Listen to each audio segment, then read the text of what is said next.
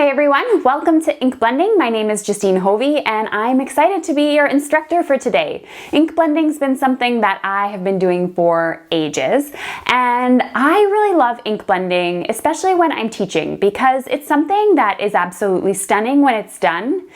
But every type of crafter in different levels can do it. So if you're a beginner, it's easy to just follow along with the instructor, with the right supplies, of course. Sometimes it may take a little bit practice with the pressure of your hand in order to get it right, but overall I feel like beginners, you guys can do it. The intermediate, you're kind of in that phase of, I can do it, but I want to learn more. So combining ink blending with additional techniques. And those who are advanced can always learn a thing or two about ink blending as well, because now you're going into the whole depth of picking the right colors when it comes to ink blending, that really testing that pressure and different textures of cardstock and really playing around with it. So ink blending is kind of one of those universal techniques that I love to teach. So let's get a couple Christmas cards done today. And so you'll be well prepared for Christmas time when it rolls around. It always comes way faster than we think. And let's dive straight into the techniques. Today we are going to be exploring how to build up layering. Remember, it does take patience. Just like colored pencils, it's something that needs to build up over time in order to get those amazing results. Then we're going to be applying some other techniques to kind of combine with the ink blending to make your ink blending a little bit more exciting.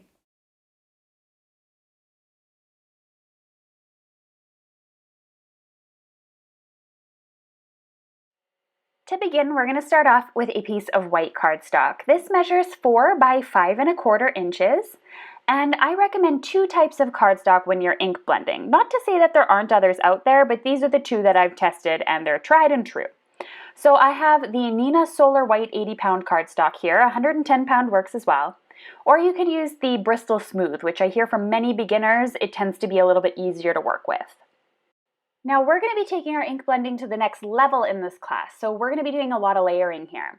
Now the first thing I did was lay down a stencil that has a bit of a snow drift. It's just a simple curved line. If you don't happen to have a stencil like this, no worries, grab yourself some masking paper and just cut yourself a curved line, or a piece of acetate even. That would work too.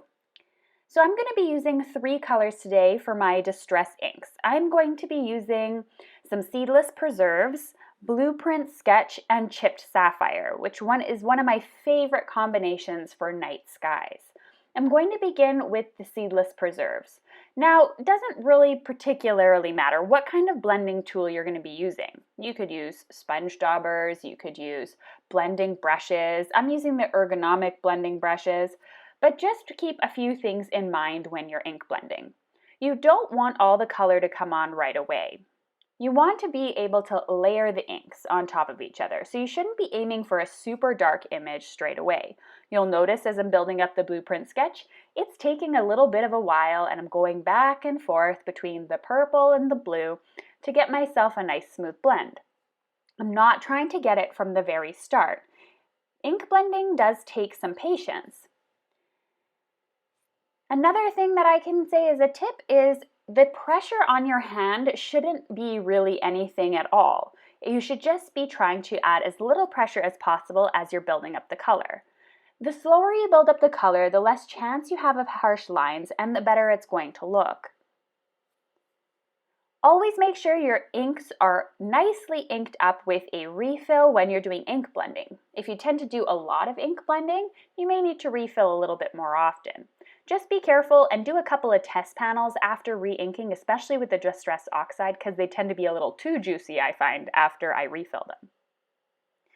You'll also notice another thing when I'm ink blending. I actually start off of the cardstock and work my way in. I'm always using a circular motion as I'm doing this, going back and forth between the colors. So I keep my pads open while I'm doing this, and I go back and forth for easy convenience. I never just do one color, then the next, then the next. I have to work that blend in between them for it to really work. So my night sky is slowly nearing completion. You'll notice that it did take me several minutes to do this. And you'll also notice that the stencil is keeping the underneath cardstock, the white cardstock, white underneath. We want to keep that as sort of a snowbank. Okay, so just going back and perfecting those colors here. and then I will be finished and ready for the next layer. Okay, so going on to my next layer, I am going to grab myself another stencil. I'm going to layer this stencil on top of that snowbank stencil that I made, or if you're using a masking sheet, that works as well. This, you can see, is a very heavily used stencil of mine, and it's personally one of my favorites. It's from scrapbooks.com, and it has snowflakes on it, and it has a variety of different kinds and detailed snowflakes, solid snowflakes, and I just like the little combination. So I'm going to be using mainly the chipped sapphire here to go over the stencil. I'm going to switch it up here and there by adding a little bit of the purple to see how it looks. But what you want this to do, it's going to give it sort of a monochrome look. So it's not going to make them stand out like a lot. You're going to get sort of a subtle background of snowflakes. And that's what I'm looking for here. I'm not personally looking for white snowflakes here. If you wanted to make these white snowflakes, you'd probably be better off using a paste to go over top of the stencil.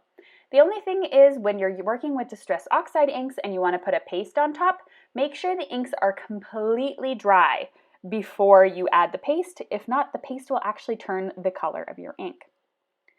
Okay, so I'm just going in here and just adding a couple of details to some spaces where I thought, hey, it's looking a little bit dull or bare. And I have these really pretty snowflakes now in my background. A very subtle look, but again, adding and building up that texture. Now, probably the most annoying thing when you're ink blending is that you get some inky fingers. And the most important thing is those inky fingers don't touch any sort of white cardstock. So I always give them a bit of a wipe with a baby wipe as I'm going. I'm going to add another layer now. I'm going to add the city scene. Now, if you don't have a city scene, no worries. You can add some, if you have some trees, for example, as a stencil, that would work really nicely as well. Or you could skip this step also. You could use houses, for example, if you happen to have a house stencil. Or you can simply draw some on yourself, a nice city scene, using a permanent black marker. That would work too. I'm grabbing the black Soot Distress Oxide ink, just really going for a nice dark black look. Here I don't have to worry, for example, about going in with a light touch and making sure I get no harsh lines. I want this black to be as dark as possible, and I am putting a lot of pressure on my hands. Doesn't matter if I get any sort of harsh lines because it's all going to be super dark black anyway. So I'm adding in that city scene, slowly building up my skyline. So you can see here I've used 3 different stencils already for more texture. I'm going to remove that and you'll get a little bit of an inkling to see what that looks like. You see the night sky, the snowflakes, and the city scene all ready to go there. Now I'm going to come in with yet another stencil, some star stencils. I was kind of looking for the nativity star kind of look, not really just a normal like 5-pointed star. So I grabbed this one here, which I really like. There's a lot of space in between, and I'm going to be really careful not to cover any of the buildings, and this stencil worked out pretty well when that was concerned. I'm going to add some gold paste on this. If you don't have gold paste, what you could do, for example, is add some heat embossing. So you could stamp some stars onto your background and heat emboss them in gold. You can skip this step altogether.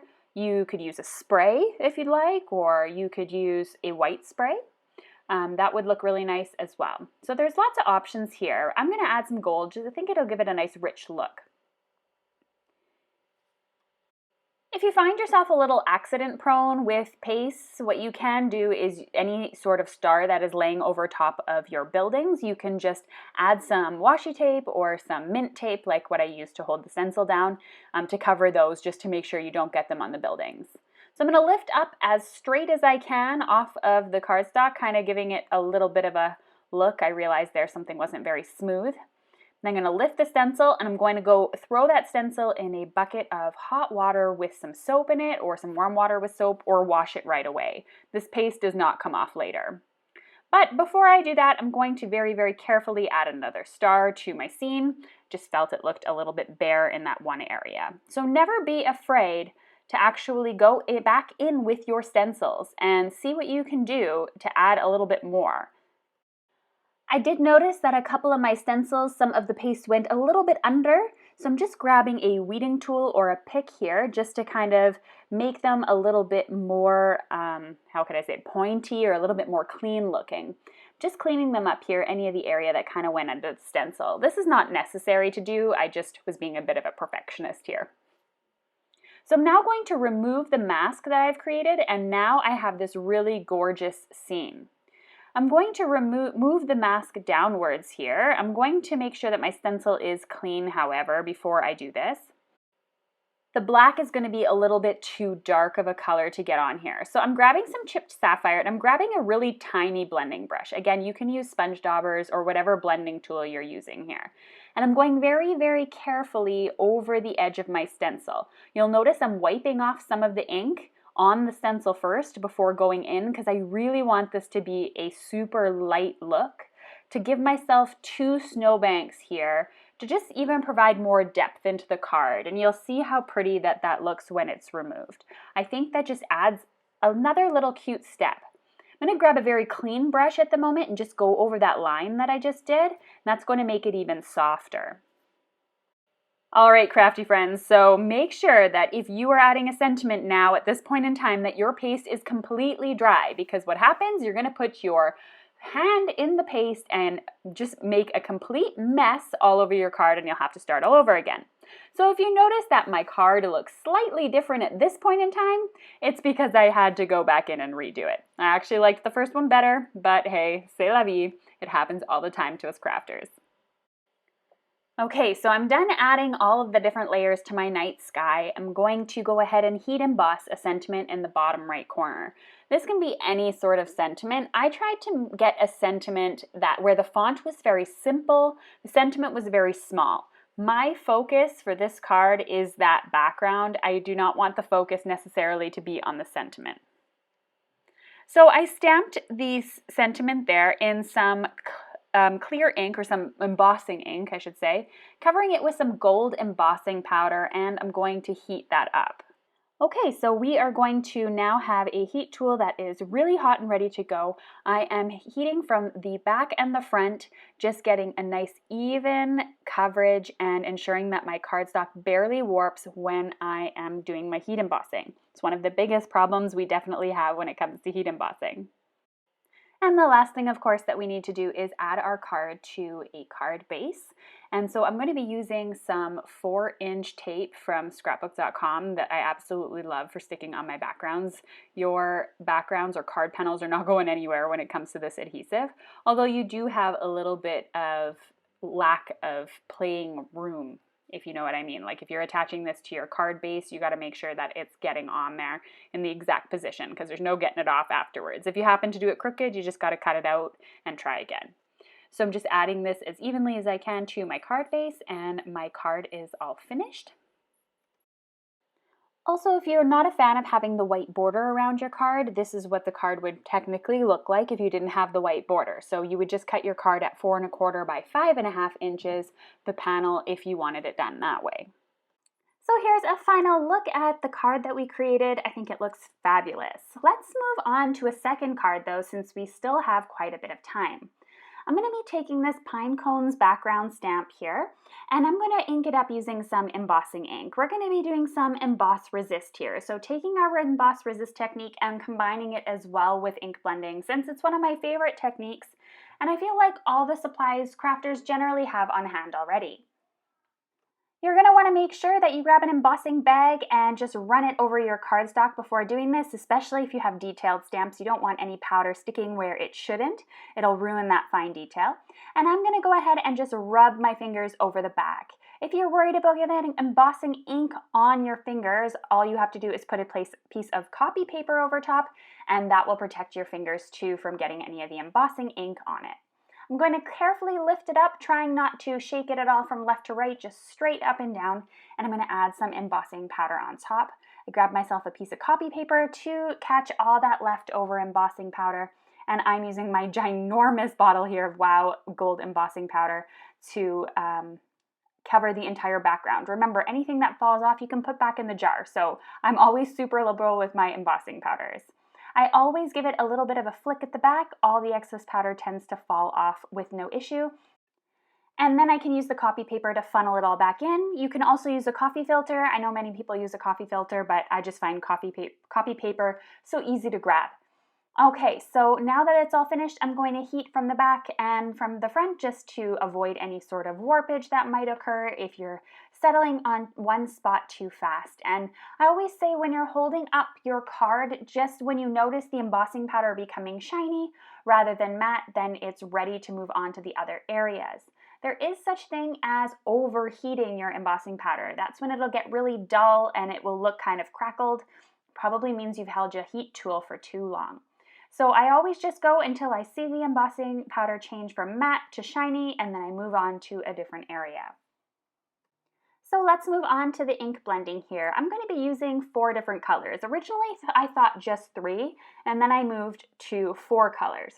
So I'm going to be using Pine Needles, Lucky Clover, and Rustic Wilderness for the greens on the card, and I'm going to create a bit of a gradient effect. So I'm going in with Pine Needle right now. Then I'm going in the middle with the Lucky Clover and finishing it off with the Rustic Wilderness. Now the reason why I chose to add in a 4th color and a brown color of ground espresso is because even though I used all of the darkest color greens that I have in my collection and the darkest color greens that are available, I still had found that the background was a little on the light side. And so I needed to be able to darken it up. And I thought by adding a nice dark brown around the edges to frame it would do this job. So as you can see, as I'm blending here, you'll notice that the colors are all quite similar in a certain way. I don't find I needed to, like on the first background that we did, to really go back and forth between the different colors. I found they blended just really nicely together, and that's what happens when you have a really natural blend of colors. And I didn't find I had to go back too much in the back and forth. So now that I found the background here a little bit too light, I'm just going to dust it off and see what it looks like. So I grabbed a dry paper towel and I'm just going over top of the embossing powder because as you can see, ink does sit on top of it and makes it less shiny. And it'll come off on your fingers later, and you don't want that. So I just went ahead with that paper towel, and I'm going to go ahead and just darken up the border with a little bit of brown here. And you can see it already making a difference. It's darkening it up, but it's not really turning the edges a definitive brown color. It's kind of a mix between the green and the brown.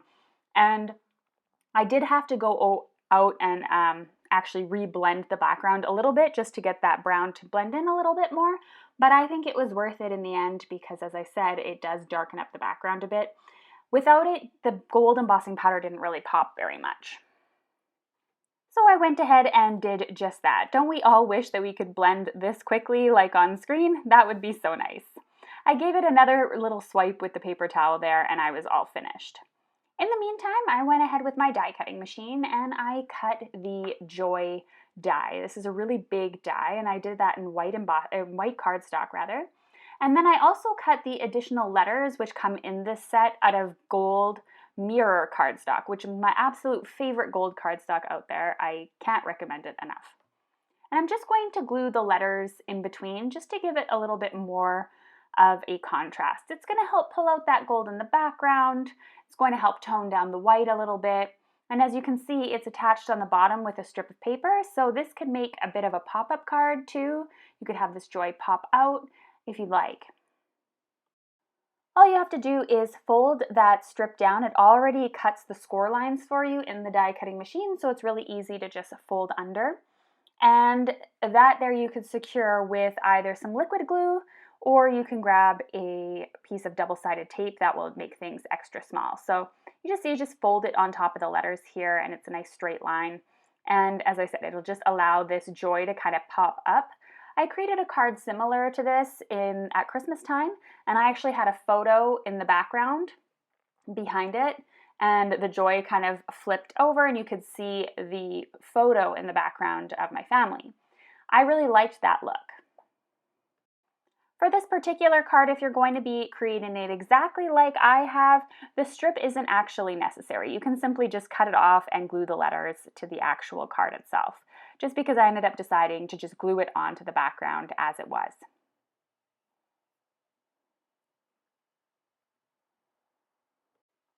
So you can see here it pops back and forth. You can put some vellum behind it to hide a photo. I'm going to add a strip of vellum no matter what. I think it's going to help tone down the background a little bit, put a little focus on the sentiment. and I think it's going to make it look really great. So I added a bit of glue in the center of my letters, stuck my vellum here in the center, and just pushed down on the letters to get that to adhere together.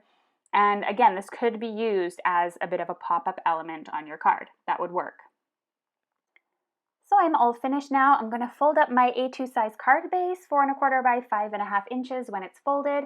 I'm going to stick my glued background, I already had some glue on the back there, to the card. And this is when I realized that the pop-up was a little bit weird because I made it horizontal. So if I were to have it just standing up like so on display, the letters would just kind of fall down. And as I said, if you added a photo to that, that would be kind of a cool element to the card. But because for this particular example, I'm not adding a photo, I just added some glue to the top of the letters and had them do that. I think that makes this die super versatile and really enjoyable because it has so many different uses. And I think this card turned out really great. I mean, you have the subtle ink blended background, you have emboss resist, you have a bunch of different techniques we tried out here, even an interactive element if you want to have it. My last little touch to the card was to add a couple of Nuvo drops here in gold. I added 3 little clusters, or I added a cluster of 3 Nuvo drops, I should say, on each side of the sentiment, just to add a little bit of extra something. If you're ever having trouble with your Nuvo drops because they're getting peaks on them, don't forget to just warm them up. So stick it under your thigh while you're crafting, or in your armpit, or in your bra, whatever you like, and just warm up those Nuvo drops a little bit, and the peaks will diminish significantly. If you're using cold Nuvo drops, that's when the peaks tend to occur.